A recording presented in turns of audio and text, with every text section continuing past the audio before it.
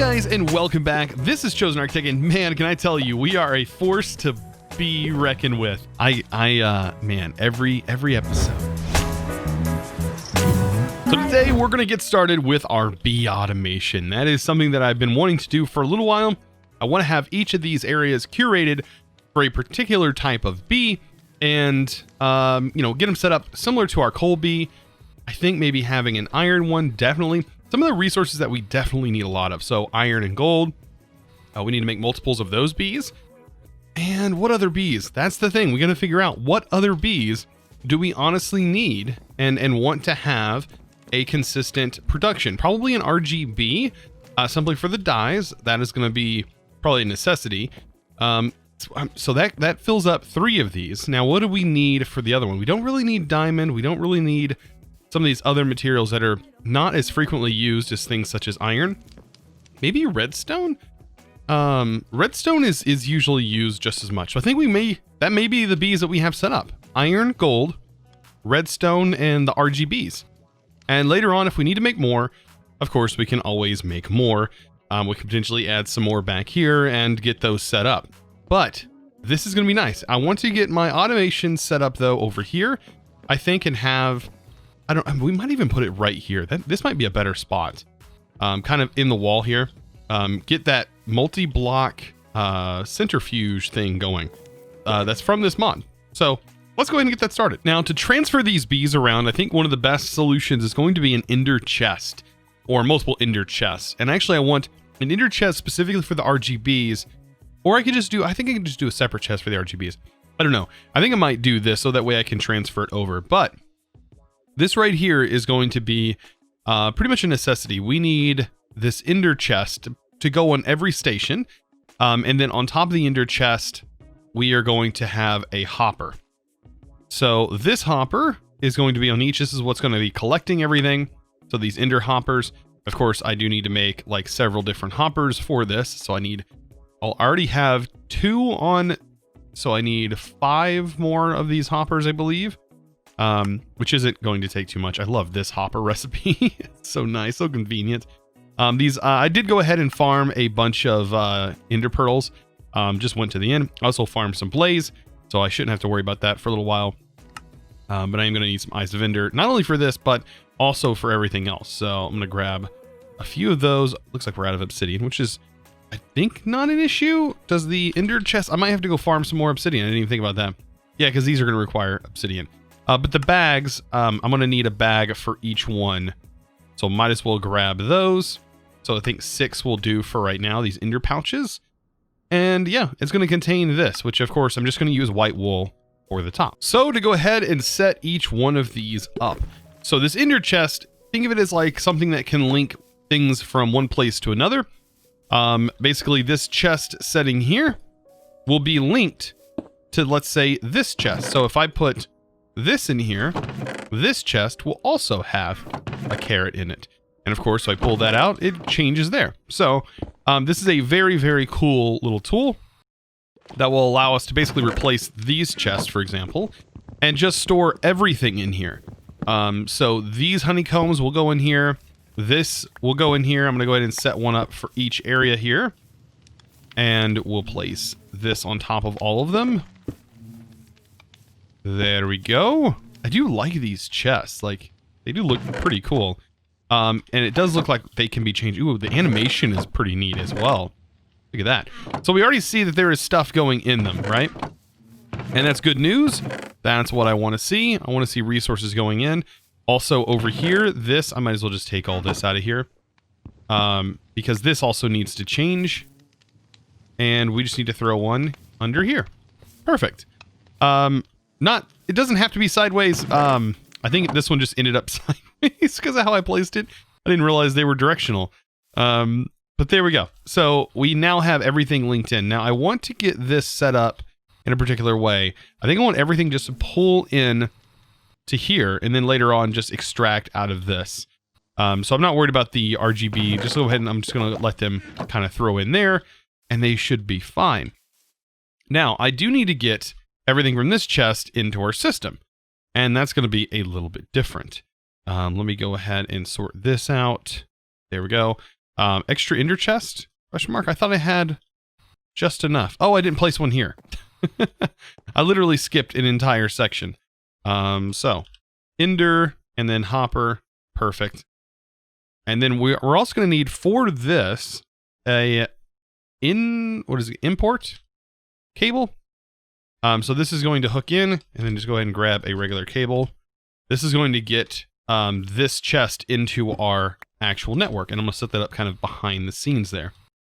Let's go ahead and drop this. Perfect. And this is our iron. So hopefully the iron is going to be really, really good. And then these all should be working so long as they're not like pulling against each other. I think they should work. They're all going into the same chest anyways. All right, behind the scenes, let's dive into this. So I do have this cable here, but I definitely want to get this hooked in here. To do that, I think I need to place this back one more. There we go. Get an import cable hooked to it. And now we should be ready to go. The import should start pulling out of here. As you can see, it's slowly pulling out. And all of that is going to wind up inside here. Now, we need to get into the processing part of this and get the centrifuge set up. I think it's a centrifuge. It's going to be the larger version of this centrifuge. So in order to build this multi-block centrifuge, I am going to need this. Right, these are centrifuge casings, which if I can sound that out properly, there we go, which is going to require quite a few blocks. I did a little bit of counting here, and we should need, I believe, open this up.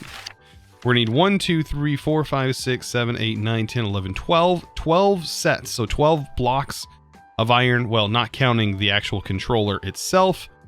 So controller, if I just do B's, I think that might work. There we go. And we're also going to need our old centrifuge. So let's go ahead and grab our old centrifuge right there.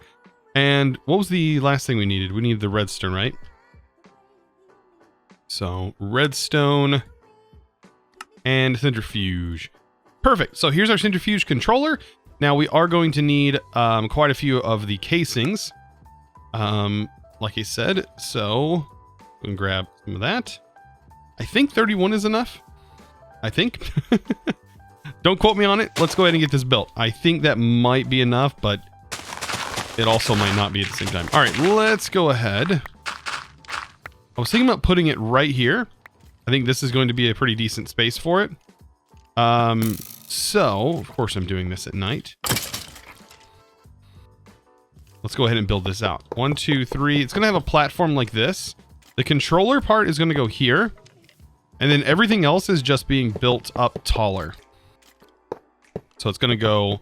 It's going to be a 3x4x3. And we are short just a couple of blocks. I think 2 more. 2 more sections. Bees. Alright, skeleton. You cannot shoot me right now. Come on, man. Goodness. If I had thorns, it would be hilarious because it would just kill them immediately. Okay, so this is the multi-block. And as you can see, it now holds 3 combs. And also still accepts power. I don't know where we put the power. I guess anywhere. And it also still accepts bottles. So to hook this in, all I got to do is route some power to it. I'm probably going to use a flux point. Since we have so many ender pearls now, it's pretty easy to get a hold of that. So we're going to put a flux point on this and then route our stuff. Actually, we could. No, yeah, we're going to route this out and we're going to basically specify what combs we want to be pulled out and to be put into here. So let's see if this works. Can I hook into anywhere? I think we can. I set that there. That is now filling with power. Perfect. And I need to set up pretty much the same automation system that we had set up before, except for I'm going to just set it up here. We're basically going to be still doing the same thing. We're going to be taking this multi-block, and we're going to be pulling out the honey. I guess the honey just ends up in this here. And so we need to get that process. Now, combs. We shouldn't have any combs in here, but I kind of want to see how they process. So they won't process with bottles. or without bottles, but with bottles they will. Oh wow, they go a lot faster too. And as you can see, the honey bottles get deposited here. So what I might want to do is we have an import here. I also want an export that probably just goes ahead and pulls the product out, and that also includes the bottles. And then we could probably have an automated setup to go ahead and reprocess these bottles. So let's check out our export and import. So we have our exporter that's going to pull stuff out. I kind of want bottles to definitely be in that export list. And then on the import, I want to just pull everything out, and it should only pull these things out, the export out. It shouldn't pull none of this stuff out. Perfect. It is working just the way I was hoping it would. So here's the honey bottles. They should be coming next. Perfect. Now I need a way to process these honey bottles, and I don't know. I mean, we could probably do it in-house here inside of this. And we could do it as needed, which will give us an excuse to start auto crafting. So that's going to work. Refined storage has auto crafting, and it's actually really robust and kind of nice. So compared to Applied Energistics, it's, in my opinion, pretty comparable. So we have a crafter that's going to require some advanced processors, pretty straightforward. So we're going to need a little bit of a setup for this. Let's go ahead and place our crafter. And then we also need a pattern grid. This is going to allow us to sort of see the patterns and craft the actual recipes that we need to go in our auto crafter. And then as far as everything else goes, the only thing we're going to need is a crafting upgrade. We're going to talk about that here in a second. Now the crafting upgrade will go inside of our actual import, or exporter, sorry. So let's get some crafting our patterns. And really we only need one pattern, I think, for right now. I don't think we need anything fancy. So just one will work because I'm just going to be crafting one thing. And that is bottles need to be able to create empty bottles. We need to set up this process. And I think this should work. So we say honey bottles. Actually, how will that work? That should just, now that I think about this, how is this going to set the auto craft? Because really we're going to be crafting the honey. So if I set this up, the bottles will disappear, but the bottles are not the product. The honey block is the product. So, how do we set up the auto crafting for that? That's actually a little predicament that I'm in. Well, I thought I was going to have a clever way of doing this, but apparently not. I still have to go pretty much the same route that I was going before. So I think that was honestly one of the best options. So to do this, all I'm going to do is just set up a crafter down here. Actually down one more, just like so. We're going to have our crafter with an exporter on the top. This is going to basically, we're going to say, okay, I want to send honey bottles into this. Let's go ahead and get this craft kind of set up first.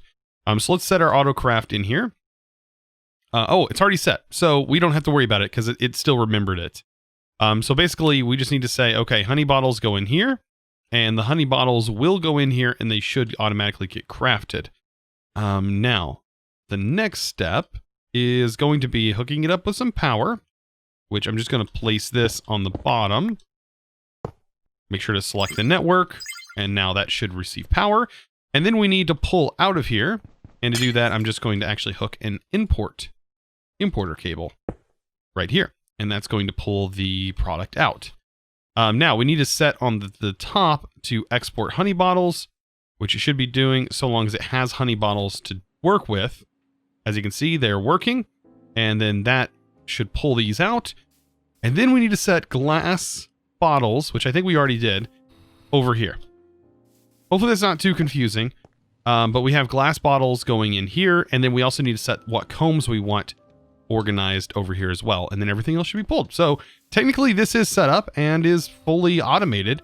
All we have to do now is just tell it what combs we want to be processed. So I was looking through the map here and seeing some different features that I may have overlooked while exploring, right? I have overlooked this. Is this a fortress in the overworld? Excuse me. I think it is. And it is what? South? A little bit southwest? So yeah, this right here could be something kind of cool to explore. So I'm going to grab some carrots. Grab ourselves some carrots so we have some good food. I'm not really worried about anything else. We have swords. So I think our swords are doing pretty good. So I need to go sort of in this direction, south. I kind of wish the icon on the map was a arrow. I really use that a lot, and I didn't see it in the settings. But if this was an actual like arrow instead of my face, or maybe there was an arrow that sort of pointed in what direction I was facing, it really allows me, I don't know, I just find that that is a little bit easier to be able to use the large map to figure out what direction instead of just kind of guessing with the mini map.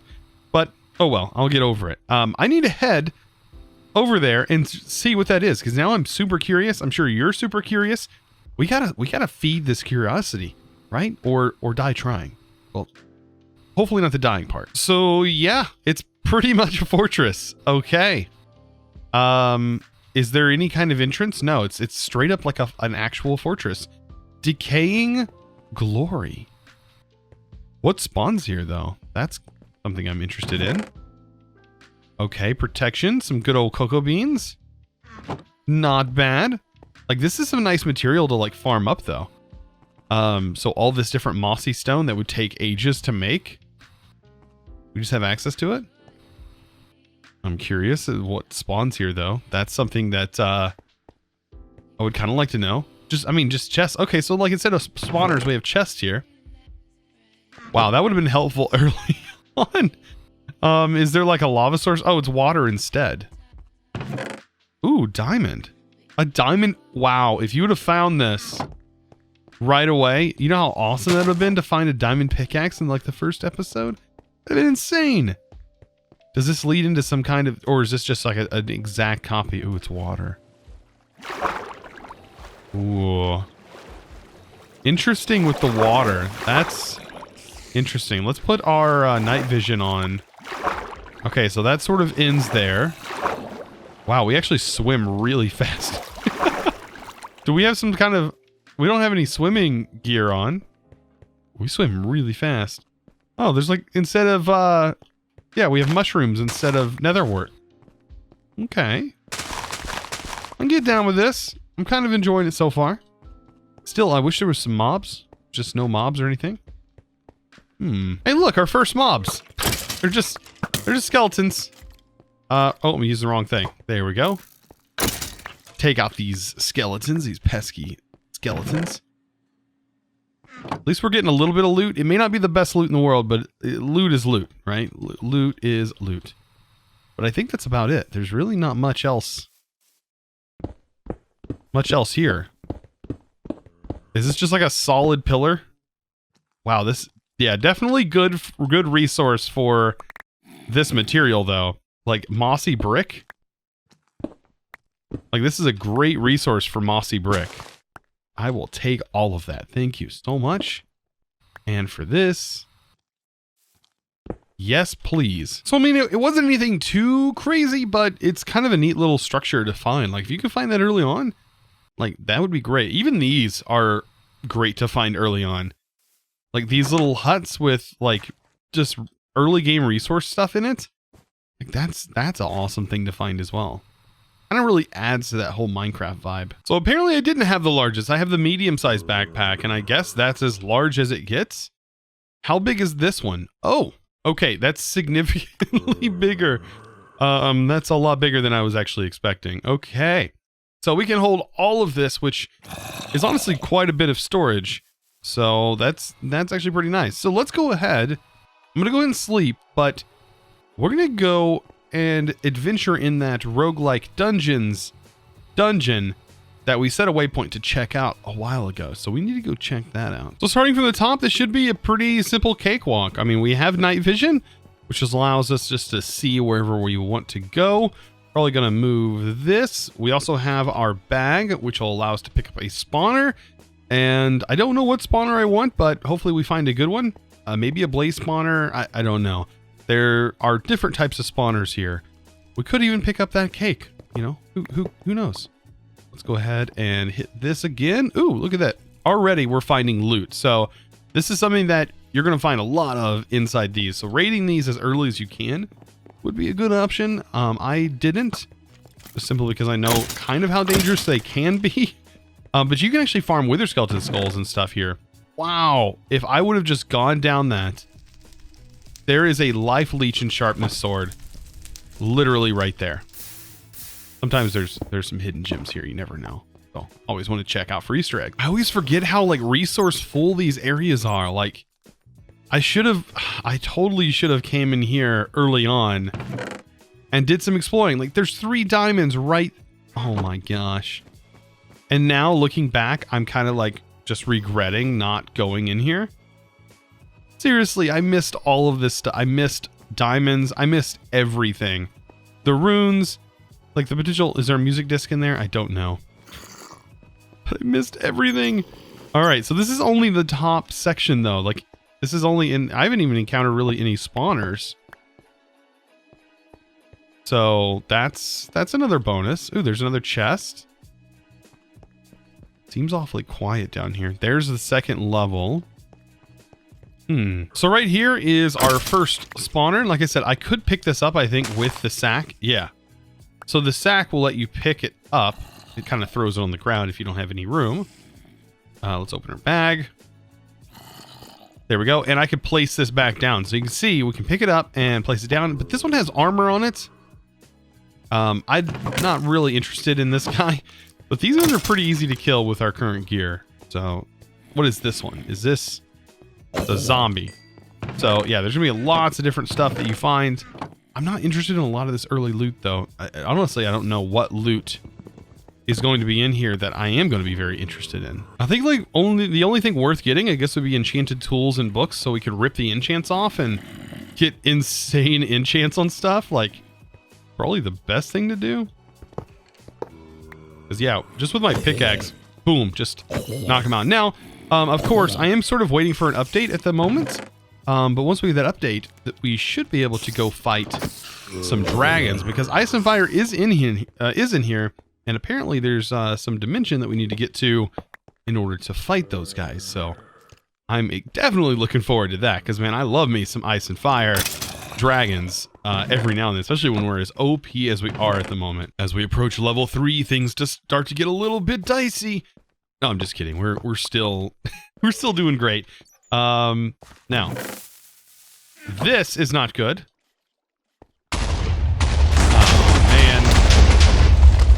Yep, yeah. Anyways, well, good news. We're on level 4. Oh my gosh. Yep, we're now on level 4. Mobs do get a little bit... Holy moly. Big boy alert. I don't know what that guy was, but that was horrifying sounding. Oh man. Yeah. As you can see, stuff just explodes. I mean, you probably can't see anything because it's so dark. That was a thing.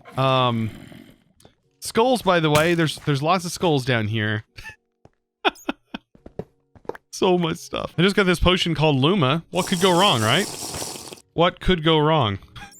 We're glowing. We're completely glowing. How long does this last? 10 minutes worth of glowing. Oh no. Hey, I tried a new food and we gained another heart. Now on to the pits of hell. That is the bottom layer. Didn't actually take too long for us to get down here. And actually, my mind technically leads right to the bottom layer here, so we could have gotten here a little bit quicker. But I just wanted to kind of explore just a tiny little bit. I do need my carrots to make sure my vision is perfect. Yeah, these guys are gonna have like diamond armor and stuff, so yeah. As you can see, this is part of my mine. I've been down here a couple of times, but this pick is so ridiculous now. Yeah, I need to find the chest room, because that's where the potential enchanted books might be. Not interested in this guy, but we could find wither spawners down here, and that could be a nice source. Ooh, we just got a notch apple. As you can see, here's a nice book. As far as certain things, yeah, our inventory is already just like jam-packed with just junk, because that's another bad part about this the dungeon here, is these mobs, they all drop their stuff. And when they drop their stuff, it clutters your inventory, and then you have to worry about inventory management to pick up anything good. It becomes a hassle. Such a hassle. And it's I guarantee it's intended that way. Like, it has to be. So you have to do a little bit of inventory management while you're fighting these mobs. It just becomes so hard. Wow, this has... All right, I'm kind of... I feel like there's a trap. Okay, no trap. Interesting. Wow. Wow. Wow. If I would have found this chest... Oh my, all I had to do was just walk a little bit. Just a little bit, we would have found this. Look at this. What? I've got to find space for some of this gear because we can rip the enchants off of them. Oh my gosh. We can rip the enchants off of any gear that we find here. Oh, come on. Do I really need the ender pearls? Probably not. Probably not. Yeah, I don't need the ender pearls. I have ender pearls. I'm just kind of looking at grabbing the gear. Because I do know that that can definitely come in handy. Lol, right here. just a standard, you know, Minecraft spawner. Just chilling right here. You know, with some stuffs in it. Nothing fancy, just chilling. Let's see. Anything good in here? Unbreaking. We got diamond horse armor. Yeah, there's... So, this is not the chest room, though. I have yet to find that. We still need to continue our journey because the massive chest room is around here somewhere. Even though that middle chest room was pretty nice. Aha. Oh, nope. I thought this was going to be the room, but it's not. It's... Huh. Where's the room at, then? Interesting. So I'm finding all of this stuff. I'm grabbing all these name tags. I tried to do a little bit of inventory sorting. Yeah, it's sort of worked out. Let's see. I did find a lava pool. Is it going to be... what way could it possibly be? Trying to think. We just went the other direction. Wow, this is how dark it actually is, by the way. Thanks to night vision for being such a boss. Okay, that's empty. That's empty. Am I missing it? Yeah, I guess this was the main chest room right here. Which kind of makes sense. It has, like, all of the main loot that you normally find, and there would be 4 chests. So, yeah, that actually worked. So we pretty much cleared this whole area. Now, the only thing I could say this would be useful for, all of the magma blocks, of course, some of the stuff that's upstairs is really nice. Of course, this leads right to our mine. Like, we mined right into this bad boy. And really nice. It was nice getting some of those early materials as well. I just gotta find my way out. There we go. Look at that, right in our mine. So guys, as always, I want to give a huge shout out to today's sponsor, and that is Ernst Heradelovitz. I think I said that right. I tried my best. I kind of Googled it. I don't know. I probably butchered it. Somebody's gonna point that out in the comments.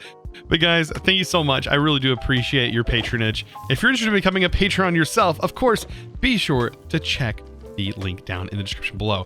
Also, guys, if you do enjoy this series, be sure to click that like button and also give this click that subscribe button as well while you're down there.